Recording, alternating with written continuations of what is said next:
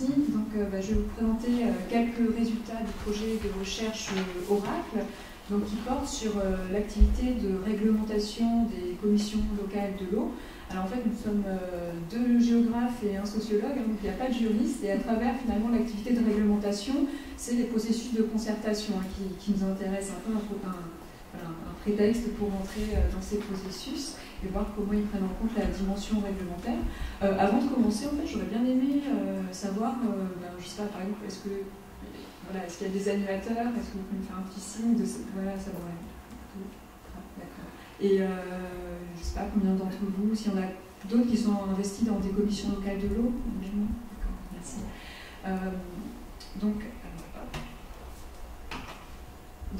Voilà, donc dans ce petit projet de recherche, ce qui nous intéresse, ce sont les règlements des schémas d'aménagement et de gestion de l'eau. Donc, ce sont des règlements qui ont été introduits par la loi sur l'eau et les milieux aquatiques en 2006, qui les a rendus obligatoires. Donc, ce sont des règlements qui sont élaborés à l'échelle du bassin versant et par les commissions locales de l'eau, donc une instance de concertation qui rassemble des représentants des collectivités territoriales, des usagers, des services de l'État, qui vont donc mettre en place ce règlement. Ce règlement, il vient renforcer certaines mesures prioritaires du plan d'aménagement et de gestion durable du milieu aquatique, qui est un document un peu fondateur des sages, par des règles qui sont opposables aux tiers et à l'administration dans un rapport de conformité. Donc ça vient renforcer cette portée juridique. Et donc nous, ce qui nous a intéressé, c'est donc ce règlement mis en place par une instance de concertation, et ce qui constitue une nouveauté, en tout cas de mon point de vue, en matière de réglementation environnementale. Alors, ce qui nous a intéressé, c'est de poser la question de savoir comment les commissions locales de l'eau se saisissent-elles de cet outil réglementaire. Et donc, on a analysé le processus de réglementation des clés à travers plusieurs approches. Donc, tout d'abord, on a constitué une base de données nationale des règles pour pouvoir faire des analyses statistiques et voir un peu quel était le bilan de cette production réglementaire, puisque ça fait 10 ans que cet outil règlement est apparu, avec des enquêtes de terrain aussi, avec des entretiens auprès de différents acteurs de différentes clés, pour voir un peu plus au niveau du processus d'élaboration, comment ça se passe, avec une enquête en ligne auprès des animateurs de sages, et puis un atelier de réflexion prospective, j'en dirai 2 mots en conclusion. Et donc aujourd'hui, je vais mettre l'accent sur les zones humides. Donc au niveau de l'analyse statistique des règlements, on a pu voir qu'il y avait eu un investissement important des commissions locales de l'eau dans ces règlements, puisque quand on a arrêté la base de données, alors c'était en juin 2017, on a recensé 833 règles pour 104 règlements, donc une moyenne de 8 règles par sage, avec néanmoins, vous voyez, une certaine variabilité sur le graphique. On a pu compter de 1 à 27 règles, en fait. Donc, sur ces 833 règles, il y en a plus de la moitié qui portent sur les milieux aquatiques, puis il y a les règles sur les rejets, les règles sur les prélèvements. Et donc, sur ces 833 règles, en fait, on en a 12% qui portent sur les zones humides. Alors, si on regarde au niveau des règlements, on s'est rendu compte qu'en fait, il y a près de 3 règlements sur 4 qui ont une règle relative aux zones humides. Là, le graphique représente tous les items au niveau plus fin qu'on a pu dénombrer. Et donc, vous voyez que les zones humides, c'est ce qu'on appelait le dénominateur commun des règlements, puisqu'en fait, il y a une multitude d'items sur lesquels qui font l'objet de règles, et finalement, les zones humides, c'est le seul à être autant présent et aussi fortement présent. Après, par exemple, on avait les plans d'eau, le stockage et l'infiltration des rejets, la dégradation de la continuité écologique, mais là, déjà, on était à un niveau plus bas, de 40 et quelques règlements sur 103, donc on était plutôt autour d'un sur 3. Alors, une règle sur les zones humides, qu'est-ce que c'est pour l'archétype de ces règles, généralement, voilà, il va s'agir d'interdire toute nouvelle atteinte aux zones humides, que ce soit par des travaux d'assèchement, de remblaiement, d'imperméabilisation, etc. La règle va prévoir éventuellement des dérogations pour intérêt, utilité publique, intérêt écologique, absence de solutions alternatives, etc. Et donc, le cas échéant, prévoir des modalités de compensation. Alors, en fait, les commissions locales de l'eau, elles ne peuvent pas faire des règles sur tout. Leur activité de réglementation est cadrée par un article du Code de l'environnement qui permet néanmoins de faire des règles sur différents leviers. Et donc parmi ces leviers, en fait, il y en a plusieurs qui sont mobilisés pour protéger les zones humides par les commissions locales de l'eau. Alors tout d'abord, il y a des règles qui vont pouvoir être mises en place et qui ciblent les dispositifs ZHIEP et ZSGE, donc zone humide d'intérêt environnemental particulier et zone stratégique pour la gestion de l'eau. Mais les commissions locales de l'eau, elles vont pouvoir également faire des règles qui ciblent les activités donc, susceptibles de dégrader les zones humides, donc en ciblant les IETA et ICPE, donc installations classées pour la protection de l'environnement et installation d'ouvrages, travaux, activités, donc qui sont soumis à autorisation environnementale. Mais également, les commissions locales de l'eau vont pouvoir également cibler des installations d'ouvrages, travaux susceptibles de dégrader ces zones humides qui sont sous ces seuils de réglementation.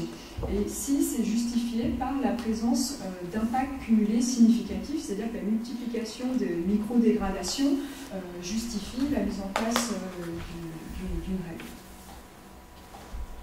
Donc, par exemple, pour les zones humides, je crois que c'est le seuil est à des zones humides inférieures à 0,1 hectare pour des travaux d'assèchement.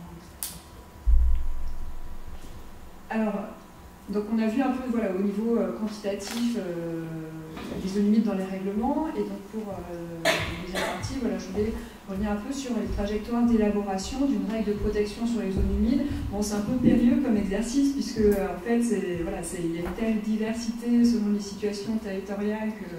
Mais voilà, pour donner quelques éléments, puisque de toute façon, je ne vais pas pouvoir entrer dans les détails.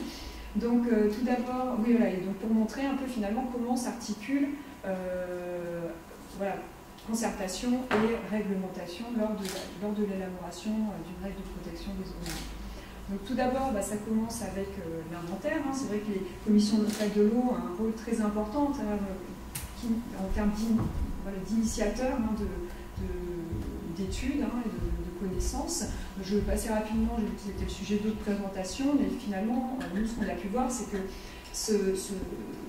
cette mise en place d'études, elle avait vraiment un rôle important dans le débat concerté, puisque objectiver les connaissances, ça permet de limiter, de donner moins de prise à la controverse. En fait. Au niveau de la rédaction des règles, alors ce qu'on a pu voir, c'est qu'il y avait évidemment des difficultés d'appropriation du fait de cette dimension juridique pour les différents membres des commissions locales de l'eau. On est déjà sur des règles qui sont très techniques, et donc ça rajoute un peu une seconde couche, cette dimension juridique.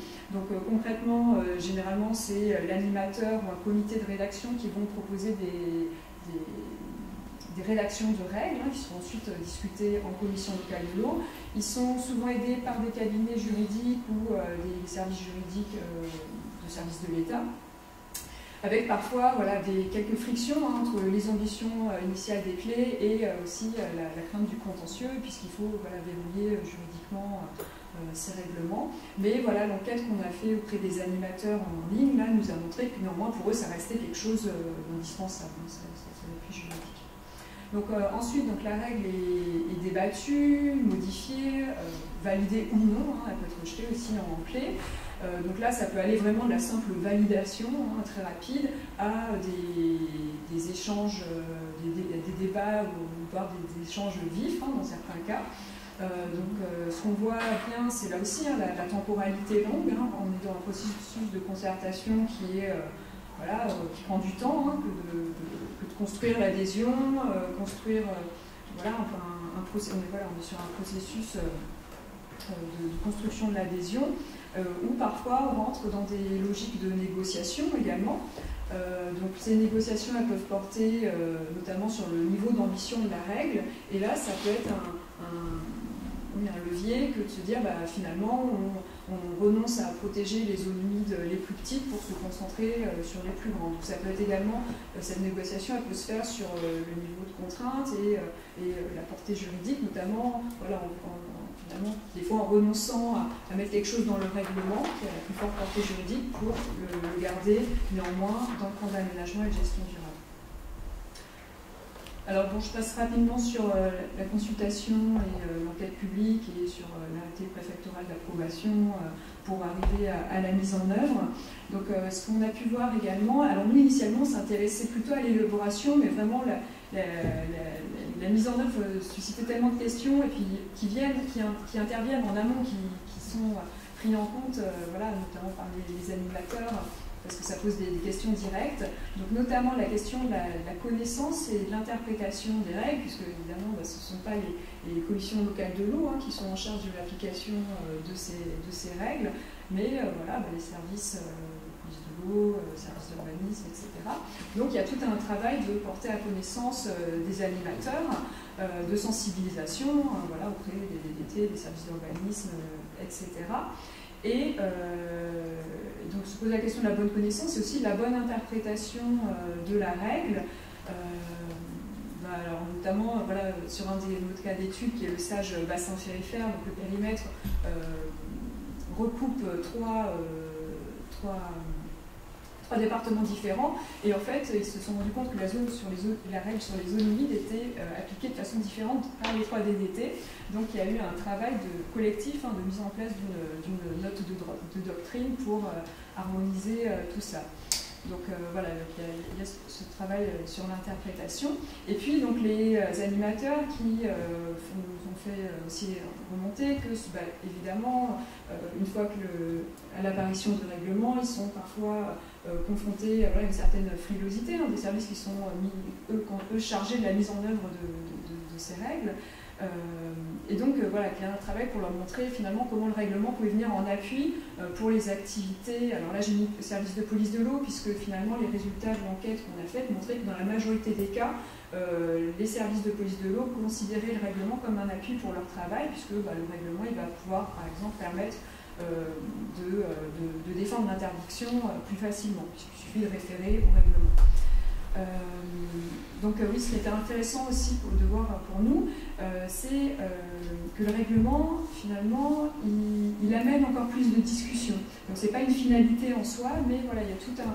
Voilà, les clés sont consultées, et on a également pu voir qu'il y avait parfois dans certaines clés un travail d'accompagnement des porteurs de projets qui croyaient notamment des travaux d'assèchement, d'embellement, etc., qui vont venir présenter leur projet en commission locale de l'eau, et donc le projet va pouvoir être discuté, on va pouvoir proposer des modifications, enfin comme je dis, les commissions locales de l'eau vont pouvoir proposer des modalités de compensation, essayer de trouver les terrains restaurés, etc.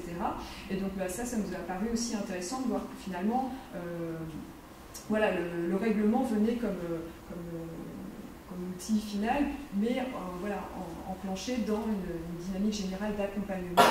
Et on a plusieurs animateurs qui notamment nous ont fait remonter cette idée que finalement une bonne règle, c'est une règle qu'on n'a pas besoin d'activer, mais sous-entendu parce que le travail d'accompagnement aura été fait en amont. Voilà, donc enfin se pose la question des moyens pour assurer l'applicabilité des règles, et notamment en ce qui concerne les règles sur les zones humides, c'est une question qui se pose très fortement sur les règles qui ont pour cible les activités sous les seuils de réglementation, puisque là, elles ne vont pas être déclarées ou quoi, donc on a très peu de prise dessus. Alors, pour conclure, donc, en fait, à travers ce travail, on a pu mettre en lumière différents points de tension entre concertation, négociation, réglementation, et certains ajustements en fait, qui étaient portés dans les commissions locales de l'eau pour finalement arriver à concilier ces différents aspects, hein, avec notamment face aux différentes crispations que peut amener parfois l'aspect réglementaire, hein, qui peut être mal perçu ou mal compris par certains acteurs. Donc il y a un travail d'explication et d'accompagnement qui est fait au sein et en dehors des clés. Et un point qui nous a paru intéressant également, c'est cette nécessité de maintenir des marges de manœuvre. Souvent, on nous a dit que c'était difficile en fait de traduire un principe de gestion en règles juridiques et finalement ça se retrouve ensuite après dans les formes de rédaction de règles, dans les dérogations évidemment, mais voilà, finalement on cherche à maintenir tout de même une certaine adaptabilité, flexibilité pour pouvoir faire face à la diversité des situations qui peuvent être rencontrées. Donc finalement, voilà, dans ce travail, ça interroge sur le rôle et la place des commissions locales de l'eau, notamment dans un paysage institutionnel qui est bien fourni. Et on s'est posé notamment la question du devenir du dispositif SAGE dans le cadre donc, de cet atelier de réflexion prospective qui s'est tenu en juin dernier à Paris.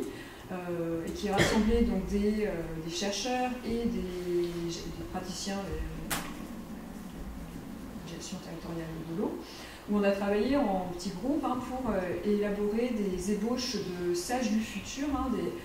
C'était un travail d'imagination. On s'est posé la question, quelles seraient ses missions, ses objets, son fonctionnement, etc. Et donc il y a 3 ébauches de sages, c'était sur une journée, donc c'était assez rapide, qui ont pu être élaborées. Alors il y a un premier sage, ils ont mis l'accent sur, ce groupe-là a mis l'accent sur la meilleure intégration dans les politiques d'aménagement territorial, sur un sage plus efficient. Le deuxième, c'était donner un visage au sage, c'était plus sur l'appropriation, la dimension projet territorial, d'intégration citoyenne. Et enfin, le sage Climat Plus, c'était comme outil de mise en œuvre locale des politiques d'adaptation au changement climatique avec une entrée par l'eau. Et donc, je vous invite, si ça vous intéresse, à les découvrir. On a fait une petite synthèse. Donc, à droite, j'en ai quelques exemplaires, mais sinon, ça peut vous être envoyé, si vous voulez me donner. Et pareil, on a aussi une synthèse de 4 pages sur l'analyse statistique du contenu des règlements, que je peux vous envoyer, parce que là, je n'ai pas assez d'exemplaires sur moi, mais voilà. Ça peut être téléchargé aussi sur le labo. Ah bah oui. Parfait, ouais. Et bientôt, alors on a aussi fait sur l'enquête auprès des animateurs, je ne sais pas si vous en avez parmi vous qui avez répondu, mais voilà, on va faire la restitution par l'intermédiaire du site Gesto, ceux qui avaient à l'époque envoyé le questionnaire. Et donc ça va sortir dans les témoignages Gesto d'ici un an.